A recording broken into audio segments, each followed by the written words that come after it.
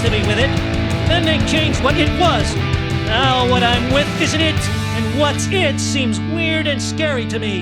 It'll happen to you. Tim. Dave! Welcome Thank you. to the What I'm With podcast, the main show. I'm a fan. We're still here. We are. No one has stopped the big paychecks from rolling in to No? keep us in Walmart t-shirts and jeans. Anyway, That's probably, actually, yeah, I think that's true. Crap. I'm not judging. Yeah. So I have a name for you, Tim. A name. Okay. Does the name Charles Band mean anything at all to you? No. Interesting. It does, and you don't know it. Okay, let's talk about it. Let's talk Charles Band. Here is Charles Band. It's a guy. It's a guy. Why don't you go ahead and put him front and center? Is that So- is that center? We've that'll work. Yeah. You know what? Gravity's not our friend. We'll just I'll just do this. yeah, little. Hi, I'm Charles Band. So, we have mentioned, it's probably been on the podcast by now, that on top of the Blockbuster, there was also the mom and pop video store. Yeah. And the mom and pop video store would do things like 5 movies for 5 days for $5. Yes. And we discovered a movie production house. Full Moon. Full Moon. Yes. And it's ironic that your last episode was talking about Halloween movies because Full Moon does dive into the schlocky horror genre. Yes, it does. And now, so Charles Band. Charles Band, the son Not to be confused with of Xavier. Charles Schultz. Or, yeah, Yeah. different. People can have the same first name. It's weird. Okay. Yeah. So he's the son of Albert Band, who was a producer and director. He kind of helped his son launch this studio that was called Empire. Okay. And Empire had some success with a horror movie called Ghoulies. Oh yeah. Never saw it, but I remember the poster at the video store and always wanting to see it. Yeah, that Little one was a creepy guy coming out of the toilet. Yeah. So, some commercial success with Ghoulies, but eventually they had to fold Empire and they launched Full Moon. Okay. Now, when you say Full Moon, what comes to mind? 2 things: Trancers and Puppet Masters. Trancers and Puppet Master. There were others, but those We're talking about more than just that. you will probably jog my memory. So we've got some Trancers comic books. Oh, Go ahead and just, Jack Death. And then I happen to also have a Puppet Master comic. Yes. I scored this bad boy. Whoa. Isn't that awesome? Dude. So that's here. Blade, Try to get the glare off. the coolest of the puppets. Yes. So you by have the knife far. hand, the hook hand. Ooh, that's questionable. The guy in the back looks like the Torch. Kaiser. Yeah, Torch. We had to chase him for dickety some odd miles. We'll just put you there with that. All right. So, Puppet Master. Yeah. I've lost track of how many there are. At least 5, right? At least 5 that I've seen. Mm-hmm. So the basic idea is this German dude finds a way to using Egyptian magic to bring puppets to life. He gets discovered by the Nazis and he kills himself before his secret can be revealed, hiding his puppets in the wall of a hotel in California where he killed himself. Fast forward years later, a bunch of psychics feel some sort of disturbance. They converge on this hotel, only to discover that one of their friends, Neil, has committed suicide, and these puppets start running amok, killing everyone. Turns out Neil's not dead, and he's got this whole giant plan to live forever using the magic that is animating the puppets. And that theme runs through the whole series. They collect parts of the brain. And what do you remember about the Puppet Master series? I remember, let's see, there was the strong guy with the little head. Yeah. I think Pinhead was his name. Was there a ballerina or some kind of, it was like a spooky death lady? Yeah. I don't know if she was a ballerina or a dancer or something. She was destroyed in so I watched, for all of these movies, I watched at least the first 2. Okay. Recently. I haven't seen to do these. Research. They're all on Amazon. I have not seen these in the 21st century. No, me either. I had to... I did a public service by watching 2 Puppet Master. We'll get into the other series as well, but yeah. Yeah. I remember, all I can remember is diminishing quality as the series goes on, that the first one was actually pretty good. Yeah, that's actually kind of the theme that runs through almost all of these, is that the first movie with one glaring exception, which we'll get to because that's the last movie we're going to talk about. Okay. They're all really good ideas that are executed on a low budget with no-name actors, and they are capable. Like, they're watchable movies. Yeah. Wasn't there like a psychic or something in the Puppet Masters? Yeah. So that's about all I got. Yeah. In so terms of memory. there were different types of psychics. Like, one could like remember memories in a room by like touching the objects, and one could like feel disturbances from like dead people. It was just all kinds of. That was the first one. The second one was more ghost hunters. They go back to the hotel looking for disturbances because of all the murders that happened there, only to discover that the original puppet master, who killed himself in the 30s, is back. Oh. And his puppets had reanimated him, and now he's got this great plan to put himself into a giant puppet and live forever, and to resurrect his dead lover and put her in the giant female puppet. But then, there's... It's a lot. It's a lot. Yeah. So I guess at this point they were like, we're making money. Just keep making the series. Now, the reason why none of this was going to be on a big screen blind spot, Yeah.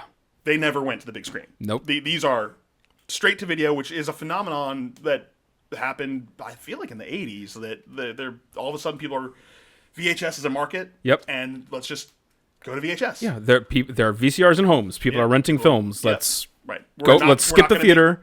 Hundreds of millions, but we'll make 5 million. And I would imagine back then the process, not just of making a film, but then making the film itself to go to the theater was probably pretty expensive. I would imagine. Yeah. And so that's a big chunk of money that you don't have to spend. And also marketing, another big chunk. Your tape is in the store. Yeah. It's in the new releases section. It's already there. Yeah. Yeah. So, Puppet Master, I didn't delve past 2. 2 was a struggle. Okay. I remember I looked at some of the cover art, and there was like a cowboy with 6 arms, so he had a 6-shooter on each of his 6 arms. Like, oh, that's neat. That's a neat little puppet. But yeah.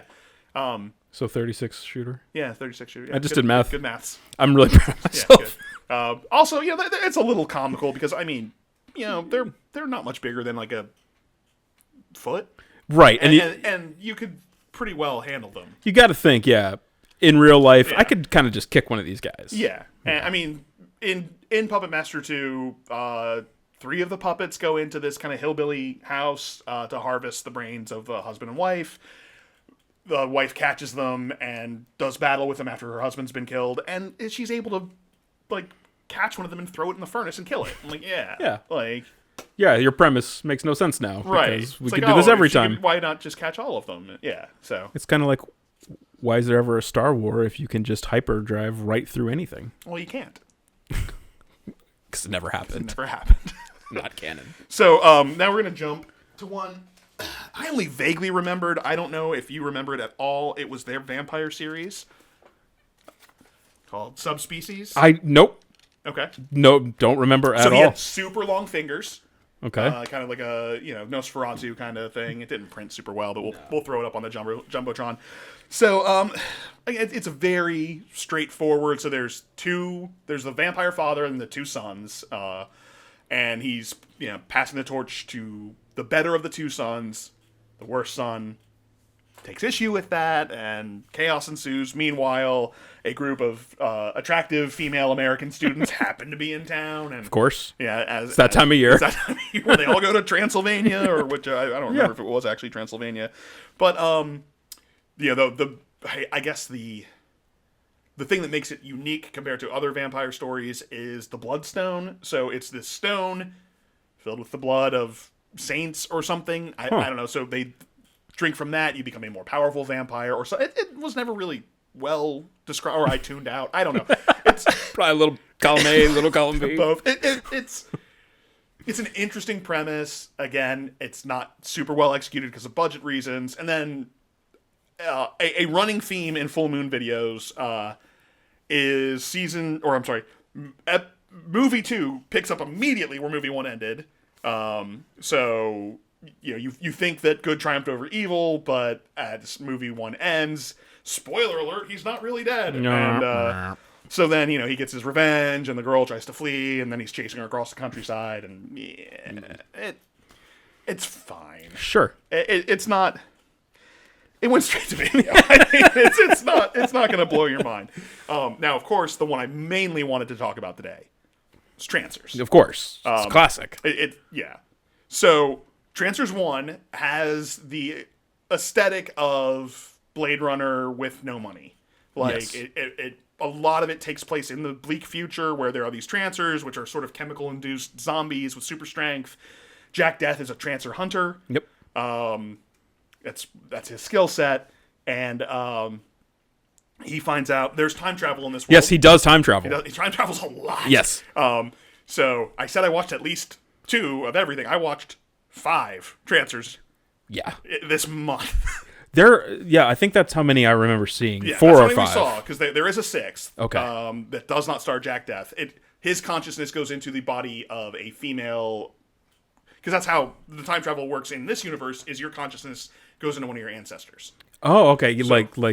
Well, ancestors. So not So you not go quantum back, leap. Yeah, you but go back in time into a great genetic ancestor. grandparent. So the guy who invented Trancers in the future travels back in time to the late 80s, early 90s, and Coincidentally, around when the films were made. it was very convenient that that's the time he chose. Yeah, yeah. And then the head of the council, who do all the good guy stuff, they all happen to have ancestors in LA at that time. Oh. And so does Jack Death.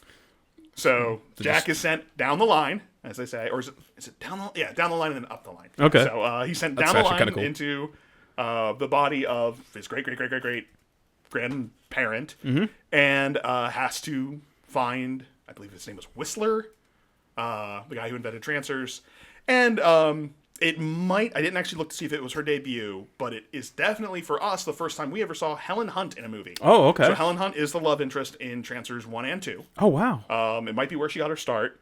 But Jack Death himself is played by Tim Thomerson. Yes. Now, here is a fun size fact for you. Oh, my favorite size. I know that's the best size of fact.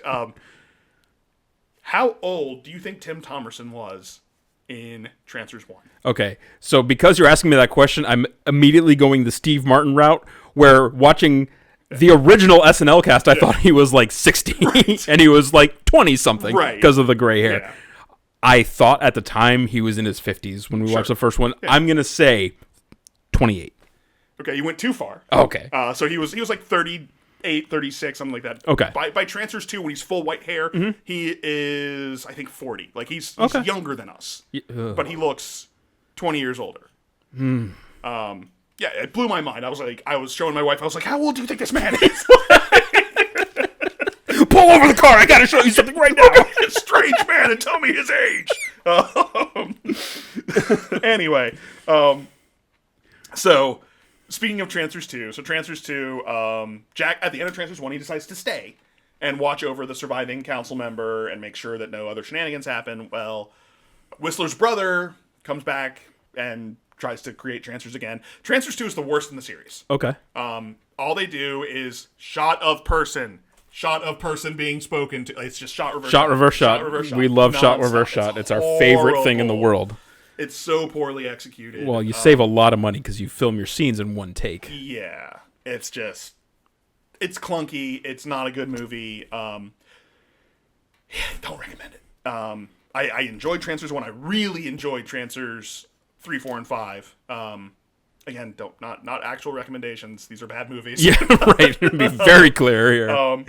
But yeah, so much like lives rent free in my head that I didn't realize. Like there were scenes that while rewatching, I'm like, that's where that's from. That's where that's from. I'm gonna have to watch these because yeah. So Trancers 3 is definitely the more iconic modern day. So that one, again, time moves forward. So it's in, I want to say early 2000s, and their version of the early 2000s. So there's like signs up at the beach for like what the radiation level is in the ocean and stuff like that. It's just, very, I love retro future. retro Yeah, future it's is fun. So at this point, it's a new villain, and he's created a serum to make super soldiers. And they like battle in an octagon kind of thing to show which one of them's best. And they like go out to party and wind up tearing up a bar and killing bar patrons, and then guys in suits come clean it up, that sort of thing. So Jack and I want to say was his wife from the future in that one, or was it in, I don't know. No, this one was a girl who had been turned into a Trancer but was only phase 1, not phase whatever. So they team up to take out the entire military base of Trancers. And that was when I text you the other day of, sometimes when you get a question, the answer's very rewarding. So the villain had an interesting facial skin texture, and I was like, what on earth happened? And then I looked it up. It was like, oh, this actor lit himself on fire while on LSD, and now does anti-drug campaigns. I'm like, didn't see that coming. No. But sometimes the answer is actually worth looking up. Yeah. I was like, wow. Cool. Yeah. So, I mean, not cool that it don't was, do LSD. Yeah, clearly. Obviously. And if you're dumb enough to do that, don't set yourself on fire. Stay away from matches. Stay yeah. away from gasoline. Now, Trancers 4 and 5, and this is a theme that will continue into the final film that we'll talk about. They were shot back to back, probably as a huge money-saving cost. Now, I think, did I do the math? I did. Okay. So this is where he's attempting to go back in time, and then some sort of glitch happens, and he goes to a completely different planet. And the planet's medieval. And the Trancers are sort of half Trancer, half vampire. There's some magic, so he's got to deal with all of that. The nobility are all that. The peasants are all normal people, and he becomes the prophesied hero who will save all these people from... Wow. Yeah. The lore is deep. It's deep. So, Trancers 5 was made, shot in sequence with Trancers 4. Right. And it's less than 90 minutes long. And it takes more than 10 minutes of that movie to get past the opening credits and the flashback. So, you're talking under 80-minute runtime with credits and everything. Wow. Now, one of the things that lived rent-free in my head from Trancers 4 was when Jack is captured by, I can't remember his name. So the main villain, the planet's Orpheus. I don't remember the villain's name. He's going through his personal effects, and Jack had a butterfly knife. And he pulls it out, and he's like, what is this, some sort of charm? Where did you get this? Do you remember the answer? No. Charm school. Yeah. Oh. Then, after years of watching Full Moon content, every Full Moon cassette we rented had previews for what was coming down the line. Yes. Do you remember the one we were eagerly anticipating? No, it's all I could remember were these two. Okay. So, there was one that we were so stoked because it was completely out of left field for them. This was not something they would normally do. Okay. Oblivion. I don't know. Really? Dude, we were so stoked about it. So Oblivion is a sci-fi comedy western. It takes place on a backwater planet that is very Wild West. I must look this up You have to. immediately. Where did I put my clipboard? I'm lost without it. It's on the other side of the box. Thank you. Yeah. So I have notes from Little Fun. Gotta have the notes. So it's your very typical Western. The bad guy, Red Eye, can't see how they came up with that name. Comes to town, starts killing folks, and in his killing spree kills the sheriff. So wait, let me guess. Does a stranger come into town afterwards? Because we're talking classic Western themes, right? No, but that is a good one. This time it is not a stranger that comes to town. It is the sheriff's son who returns. Okay. He is brought back to town for the death of his father, and people are kind of goading him into being the new sheriff, taking revenge, and for reasons that are not apparent to begin with, he is completely opposed. He has no interest in violence. He has no interest. It seems like he's just some sort of pacifist. This movie's it's got an interesting lineup. It's got the guy who played Lurch from the Addams Family movies. Okay, So he plays the Undertaker who can sense when death is coming. So if he shows up, someone's gonna die. Yeah. Isaac Hayes Oh. is in it. Not a good actor. Mr. Sulu, George Takei. He says Takei as in to pay. Okay. Yeah. George Takei is in it. Yeah. Not a good my. actor. No, he's basically just making unscripted Star Trek references the whole time. Oh. the whole time. Like he drank some Jim Beam and said, "Beam me up, Scotty." Like it's just, and none of this was scripted. Star Trek. So yes, it's very much like, hey, am I relevant? Not then. You came back into the relevance with Heroes, maybe a couple other things, but yeah. But at the time, not so relevant, and the horrible acting. Yeah. The guy who plays Jaws in James Bond and is also in Happy Gilmore. Yeah. He's got a henchman role. Again, it's full. And you could count on me waiting for you in the parking lot. So we find out the reason why the young man does not want to fill his father's shoes and get revenge is he is an empath. So he feels everything. Oh. So when he gets in fights, he feels the physical pain of the people he's fighting. When he kills someone, he feels their death. It's eventually, when things get pushed too far, he steps up and good triumphs over evil. But magically, most of the people who seem to have died in movie 1 are back in movie 2, which was shot with movie 1. And I had like 10 minutes left of 70-ish minutes. I was like, I just can't anymore. Aw. Did we see it as kids? We saw Oblivion 1. Okay. That was one of the 5 for 5. I'd never seen Oblivion 2. I didn't even know it existed. Me, because I'm trying to like access the memory of this film. And I don't know if it's like an encoding thing online or if the movie was actually like this. It looks like it was shot on less than 24 frames per second. Everything's a little jittery. It seems like it's slow motion, except the audio isn't. Oh, okay. Only an issue with number 1, though. Number 2 seemed fine. Like, well, if they were shot back to back, why? Yeah. Weird. Anyway, do you have any thoughts on any of the films we've talked about? I mean, the only thought I have is I have to go back and watch Trancers. Yes. Because, especially the first one. Yeah. 2 is skippable, but I would watch 1, 3, and 4. Okay. They're good. 5 skippable too. Yeah, and just the main actor Tim Thomerson. I mean, he's dialed in. Like, oh yeah, because it's the typical like the Mal Reynolds type character where he's a little humorous, but he's very capable. Yeah, so and very charismatic. You're into him. Yeah, I mean, he's your stereotypical like film noir tough guy. Yes. Throws a punch, romances every pretty lady. Like it's he's an archetype, but it's just a ton of fun to watch him work. Nice. Yeah. Cool. Yeah. That's all I have on. I'm sorry I failed you. Yeah, I was hoping your memory would fire on more than one cylinder today. No, not this one. The things I can remember and not remember, it's such a weird chasm. Absolutely. Between the two. Well, I think when you watch it like me, you'll be like, I remember that. Yeah. Probably, yeah. Cool. Well, that's all I have for today. Tune into all of our various shows. We're up to 4 shows a week now because we're crazy people. We are insane, but we love doing this. And we found ourselves with more time and more resources to actually do things. Yep. So we're doing it. Yeah. So be sure to be sure to share, subscribe. Check out Dave's solo show on Thursdays at 5 p.m. Babbling On About 5, where he talks about the masterpiece science fiction program Babylon 5. Our last best hope for peace. Yes. Watch me play retro games every Tuesday on Tim Out Arcade. Yeah, and then look for some fun size facts on Monday. Yeah. We'll probably get you to watch something so we can do a fun size fact for this one. Yep.